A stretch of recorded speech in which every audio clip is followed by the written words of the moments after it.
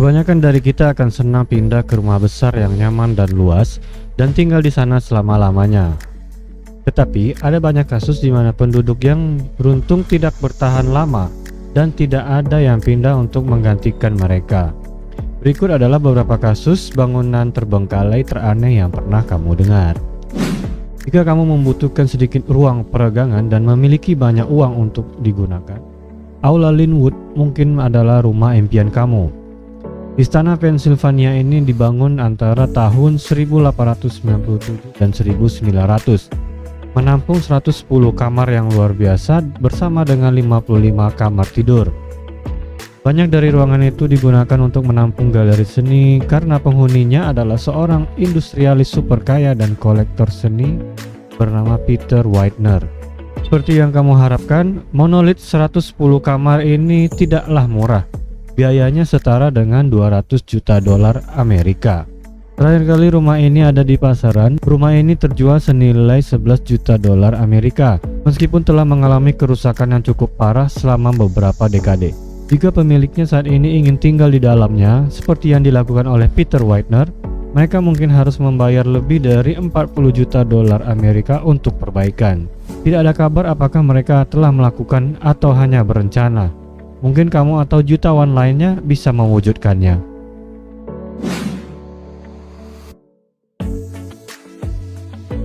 Rumah besar kebangkitan Renaissance Italia yang disebut Swana Noa berdiri dengan nyaman di Virginia telah memiliki kehidupan yang cukup lama. Kamu dapat menyebutnya dormansi virtual sebagai fasilitas hidup sejak 1988. James Dowley sangat mencintai istrinya. Dia memutuskan untuk membangun sebuah rumah besar untuknya pada tahun 1912. Pada saat itu, rumah paling canggih yang dapat kamu pikirkan terbuat dari marmer Georgia dan menampilkan 52 kamar, taman teras, dan pipa emas untuk pipa ledeng.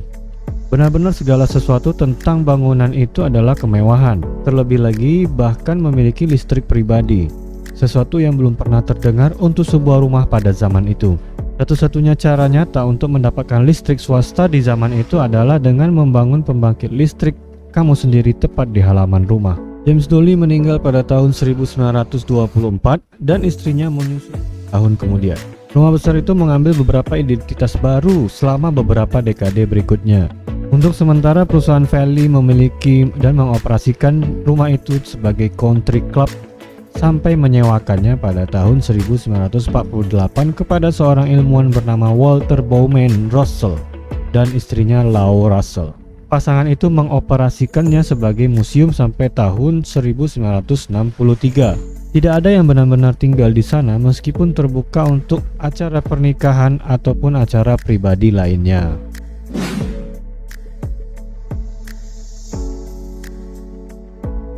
Sekarang ada cerita hantu Villa de Vecchi atau Rumah Merah adalah rumah bertingkat 3 yang dibangun sekitar tahun 1850-an. Seorang bangsawan Italia bernama Felix de Vecchi menginginkan rumah musim panas terbaik, jadi dia membangunnya. Untuk saat itu adalah salah satu rumah mewah terbaik dan termewah di negara itu. Rumah itu memiliki penghangat ruangan dan bahkan air mancur di luar ruangan. Namun pada tahun 1862, Rumah Merah mulai mendapatkan julukan aslinya, yaitu rumah hantu. Tahun itu Count pulang untuk menemukan pembunuh istrinya dan putrinya yang hilang. Dia tidak pernah menemukan putrinya dan dalam waktu kurang dari setahun, kesedihannya menyebabkan ia mengambil nyawanya sendiri. Saudaranya mengambil alih rumah besar dan keluarga itu tinggal di sana sampai sekitar Perang Dunia Kedua. Pemilikan berpindah tangan beberapa kali dalam beberapa dekade berikutnya. Tetapi pada tahun 60-an, bangunan itu benar-benar ditinggalkan. Beberapa orang yang datang di dekat Gedung Merah pada malam hari bersikeras bahwa piano masih dimainkan hingga hari ini. Bukti lebih lanjut dari kasus Supernatural Mansion datang pada tahun 2002. Tahun itu longsoran salju menghancurkan banyak rumah di daerah tersebut. Rumah hantu itu bertahan dan masih berdiri sampai hari ini.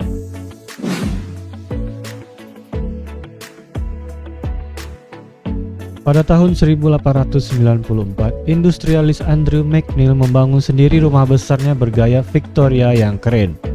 Sekitar 500 kaki dari pike dan pabrik pengecoran yang dia temukan pada saat itu adalah rumah pribadi tunggal terbesar di negara itu. dengan lebih dari 10.000 persegi untuk McNeil bermain. Bahkan ada rumah kedua yang lebih kecil hanya untuk mengelola dan memelihara kereta kuda McNeil. Bahkan garasinya lebih bagus dari rumah orang biasanya.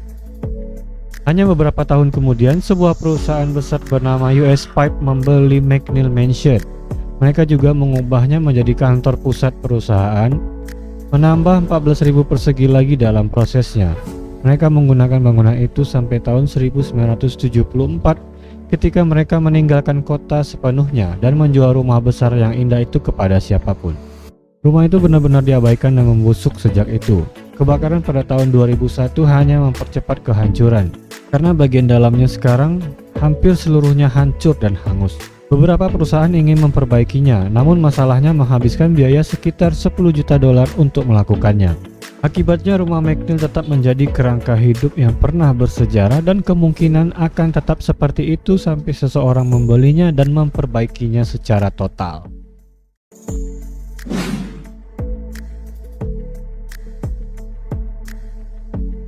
Di sebuah pulau kecil di Cape Vincent, New York, sangat dekat dengan Kanada, berdiri sebuah kastil yang benar-benar dapat menjadi milik kamu dengan harga di bawah 500.000 dolar. Tentu saja kamu mungkin harus menghabiskan jutaan untuk memperbaiki tempat itu, karena villa itu benar-benar runtuh dari dalam keluar. Villa ini dibangun pada tahun 1895 sebagai tempat liburan baru bagi seorang pengusaha bernama William Wyckoff. Dia telah menghasilkan banyak uang dengan menjual penemuan baru yang disebut dengan mesin tik. Tapi semua uang itu tidak menyelamatkannya dari apa yang tampaknya menjadi rumah terkutuk. Pada malam pertama dia pindah, Wyckoff menderita serangan jantung dan meninggal. Putranya mengambil alih, tetapi uang mesin tik tampaknya menjadi korban berikutnya karena pada tahun 1927 dia telah pindah dari kastil itu. Tidak ada yang tinggal di sana sejak hampir 100 tahun sejak istana itu hancur total dan sangat bobrok. Pondasi dan rangka kayu sudah lapuk dan rapuh. Tembok yang runtuh. Kontraktor mengambil pintu dan jendela untuk diri mereka sendiri selama Perang Dunia Kedua, dan satu-satunya cara untuk mencapai tempat itu adalah dengan perahu. Akibatnya beberapa ahli kontraktor memperkirakan bahwa jika kamu ingin memperbaiki tempat ini dan menjadikannya milik kamu sendiri, kemungkinan biayanya lebih dari 10 juta dolar Amerika.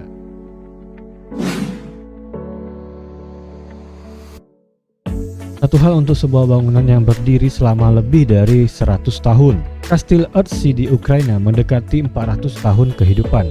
Kastil ini dibangun untuk seorang komandan militer Polandia bernama Hetman Stanisław Lakonik Polski sebagai benteng dan fasilitas hidup.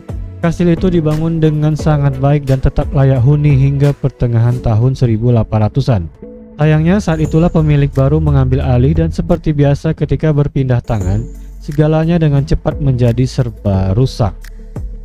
Pemilik baru mengabaikan pembelian mereka dan dengan cepat jatuh ke dalam kehancuran.